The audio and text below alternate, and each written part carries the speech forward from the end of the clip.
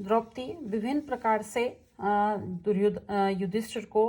पहले के उनके जो राज्य पर शासन करते हुए जो सुख सुविधाएं थी, जो उनकी स्थिति थी, उसके विषय में याद दिलाते हुए ये कहना चाह रही हैं कि आज भी तुम इस स्थिति में भी कैसे धैर्य और संयम को धारण कर सकते हो, जबकि शत्रु चारों तरफ से अपने राज्य का प्रसार कर रहा है और वो कभी नहीं चाहेगा कि जो राज्य तुमसे छीन लिया गया है वो तुम्हें वापस दे देगा। तो इसी विषय में यहाँ पर जो द्रौपदी है वो राजा युधिष्ठिर को पहले के जब वो राजा थे और संपूर्ण कुरु वंश पर उनका शासन था, उस समय के विषय में वर्णन करते हुए कहती है कि पुराधिरूढ़ सैनम महाधनय, कि पहले जब तुम राजा थे उस समय बहुमूल्य शैया पर सोए जाते हुए स्तुति गीते मंगलय विबोधसे, वैतालिकों के द्वारा गुणगान आदि मांगलिक गीतों के द्वारा विबोध से जगाए जाते थे, और आज अधर्व दर्भा अतिशय्य स्थलीम शिवारुतई अशिवई निद्राम जहासी, वही तुम आज अधर्व दर्भा स्थल बहुत से कुशों से युक्त अकृत्रिम इस वन की भूमि पर सोए हुए शिवारुतई अशिवई कर्कश कटु गीदड़ या स्यारों की ध्वनियों के द्वारा निद्राम जहासी निद्रा को छोड़ते हो, तो क्या तुम्हें अभी भी अपने भाइयों की स्थिति को देखकर, आज की इन स्थितियों को देखकर दुर्योधन पर क्रोध नहीं आता है, या दुर्योधन से युद्ध करने के लिए आज तुम तैयार क्यों नहीं होते हो। क्या कह रही है यहाँ पर द्रौपदी कि हे युधिष्ठिर, पहले तुम अपने भाइयों के साथ बहुमूल्य शैया पर सोए जाते हुए गुणगान आदि वैतालिकों के द्वारा जो स्वर मंगलाचरण आदि किया जाता था प्रातःकाल में, तो उनकी ध्वनि को सुनकर के तुम अपनी निद्रा को छोड़ते थे। लेकिन आज ऐसी स्थिति हो गई है वर्तमान में कि इस वन की कठोर सैया पर सोकर, और सैया भी कैसी है कि जिनके अग्रभाग, ऐसी घास जिनके अग्रभाग या तो हरिणों के द्वारा खा लिए गए हैं या द्विजों के द्वारा जिनके काट लिए गए हैं, ऐसी तीक्ष्ण कुशों वाली इस सैया पर सोए हुए प्रातःकालीन गीदड़ और स्यारों की कर्कश और कटु ध्वनि के द्वारा निद्रा को त्यागते हो या निद्रा को छोड़ते हो। क्या इन स्थितियों का ध्यान करके भी, इन स्थितियों को देखकर भी, क्या तुम्हें युधिष्ठिर को आज इस समय दुर्योधन से युद्ध करने के लिए तैयार हो जाना चाहिए? निश्चित रूप से अब तुम्हें धैर्य को धारण नहीं करना चाहिए। आगे है पुरोपनीतम नृपे रामणीयकम द्विजाति शेषेण यत एतत् अंधसाम तद अद्य ते वन्य फलाशिनः परम परेति काशर्यम यशसाम समम बपु। नृपे, हे राजन, यत एतत् द्विजाति शेषण, कि ये जो तुम्हारा शरीर है ये पहले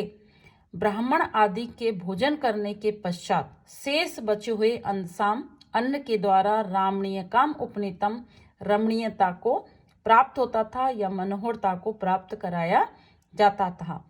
तद अद्य ते बपू, वही तुम्हारा यह शरीर आज वन्य फलाशनय, वन के कंदमूल फलों को खाने के कारण यशसाम सम, यश के समान परेति काशरम, अत्यधिक ही कृष्णता को या दुर्बलता को प्राप्त हो रहा है। अब देखिए यहाँ पर जो द्रौपदी है वो अब दूसरी तरफ इशारा कर रही है कि हे राजन, एक जो राजा होता है उसका धर्म होता है कि उसके राज्य में जो ब्राह्मण वर्ग है वो पहले भोजन करें और उसके बाद में जो राज्याश्रय राजा आदि जो होते थे वो भोजन करते थे। तो यहाँ द्रौपदी ये कह रही है कि हे राजन, पहले तुम्हारा जो ये शरीर था वो ब्राह्मण आदि वर्ग के भोजन करने के पश्चात जो भी भोजन शेष बचता था उसको खाने से भी अत्यधिक सुंदरता या मनोहरता को या तेज को, बल को प्राप्त होता था। किंतु आज वही तुम्हारा शरीर इस जंगलों में भटकने के कारण, कंदमूल फलों को खाने के कारण जैसे तुम्हारा यश क्षीण होता जा रहा है, ऐसे ही तुम्हारा ये शरीर भी कंदमूल फलों को खाने के कारण प्रतिदिन क्षीणता को प्राप्त हो रहा है या कृष्णता को प्राप्त हो रहा है। आगे है अनारतं यो मणिपीठ सायिनां वरंजे राजश्रय सृजाम रजय निशीदत्तौ चरणौ वनेषु ते मृगद्विजालून शिखेषु बहिषाम। क्या कह रही है द्रौपदी कि अनारतं यो ते चरणों की निरंतर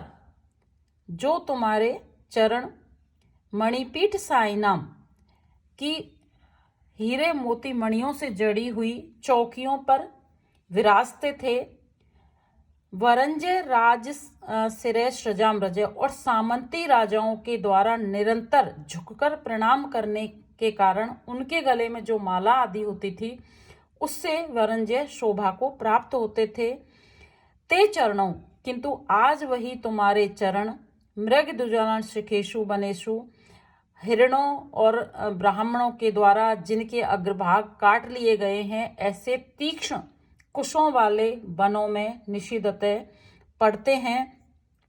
या ऐसे वनों में तुम्हें आज भटकना पड़ रहा है। तो यहाँ पर जो द्रौपदी है वो युधिष्ठिर से पहले जब राज्य का वो शासन कर रहे थे उस समय और वर्तमान समय कि मैं उनके पैरों की क्या दशा हो गई है, इस ओर संकेत करते हुए कहती है कि हे राजन, यौ ते चरणों कि जो तुम्हारे दोनों चरण पहले मणिपीठ सायिनाम अनारतम बरंजे राज सिरे सृजाम्रज की हीरे मोतियों से जड़ी हुई चौकियों पर विराजमान होते थे, और उन चौकियों पर झुककर प्रणाम करने के कारण कौन कि जो सामंती राजा लोग होते थे वो सदैव आपके पास आते रहते थे, और उनके गले में जो फूल आदि की माला होती थी तो जब वो झुककर प्रणाम करते थे तो उनके पराग आदि के जो कण थे वो पैरों पे लग जाते थे, और अत्यधिक ही जो आपके पैर थे वो शोभा को प्राप्त करते थे। किंतु आज चूंकि राज्य को दुर्योधन ने छीन लिया है, आज हम वन में भटक रहे हैं, दर दर की ठोकरें खा रहे हैं, तो आज तुम्हारे इन चरणों की ऐसी दशा हो गई है कि एक तो चरणों में किसी प्रकार का कोई भी नीचे से चरण पादुका आदि नहीं है, और जो घास है जंगल की वो इतनी तीक्ष्ण है। तीक्ष्ण इसलिए है क्योंकि जो जंगल में रहने वाले जानवर हैं उनके द्वारा उन घासों के जो सॉफ्ट जो ऊपर का भाग होता है उसको हिरणों आदि के द्वारा खा लिया गया है। तो ऐसे तीक्ष्ण कुश वाले इन वनों में आज तुम्हारे चरण पड़ रहे हैं, जिसके कारण से वो जगह जगह से उन चरणों में घाव हो गए हैं कि हे राजन, आज अपनी इस दशा को देखकर भी क्या तुम धैर्य और संयम को छोड़ने के लिए तैयार नहीं हो? क्या तुम्हें युधिष्ठिर को दुर्योधन से युद्ध करने के लिए तैयार नहीं होना चाहिए? कि निश्चित रूप से आज अपनी और अपने भाइयों की इस दशा को देख करके तुम्हें दुर्योधन से युद्ध के लिए तैयार हो जाना चाहिए। क्या अपने जो अपमान हुआ है उस अपमान का बदला लेने के लिए उत्साहित हो जाना चाहिए। इस प्रकार यहाँ पर जो द्रौपदी है वो अनेक प्रकार से उदाहरण देते हुए राजा जो युधिष्ठिर है उनके क्रोध को बढ़ाना चाह रही है, या एक तरह से उन्हें युद्ध के लिए तैयार करना चाह रही है। आगे है द्विषाम निमित्ता यद इयम दशा ततः समूल उन्मूल यति मे मने परई अपर्यासित वीर्य संपदाम पराभवो अपि उत्सवे एव मानिनाम। देखिए यहाँ पर क्या कह रही है कि यत इयम दशा तत दुषाम निमित्ता, कि हे युधिष्ठिर, ये जो तुम्हारी आज की जो अवस्था है, जो वन में भटक रहे हैं अपने भाइयों के साथ, कठोर वन की सैया पर सो रहे हैं, ये जो तुम्हारी दशा है, इन समस्त दुखों का जो कारण है द्विषाम निमित्ता, वो उसका कारण क्या है? शत्रु। और शत्रु कौन है? दुर्योधन आदि। समूल उन्मूल्यति में मने, यह जो तुम्हारी दशा है वो मेरे मन को जड़ सहित उखाड़ सी रही है। परई अपरासित वीर्य संपदा, कि शत्रुओं के द्वारा जिनके बल पराक्रम रूपी संपत्ति को खंडित नहीं किया गया है, ऐसे पराभवो अभ्युत्सवो ए मानिनाम,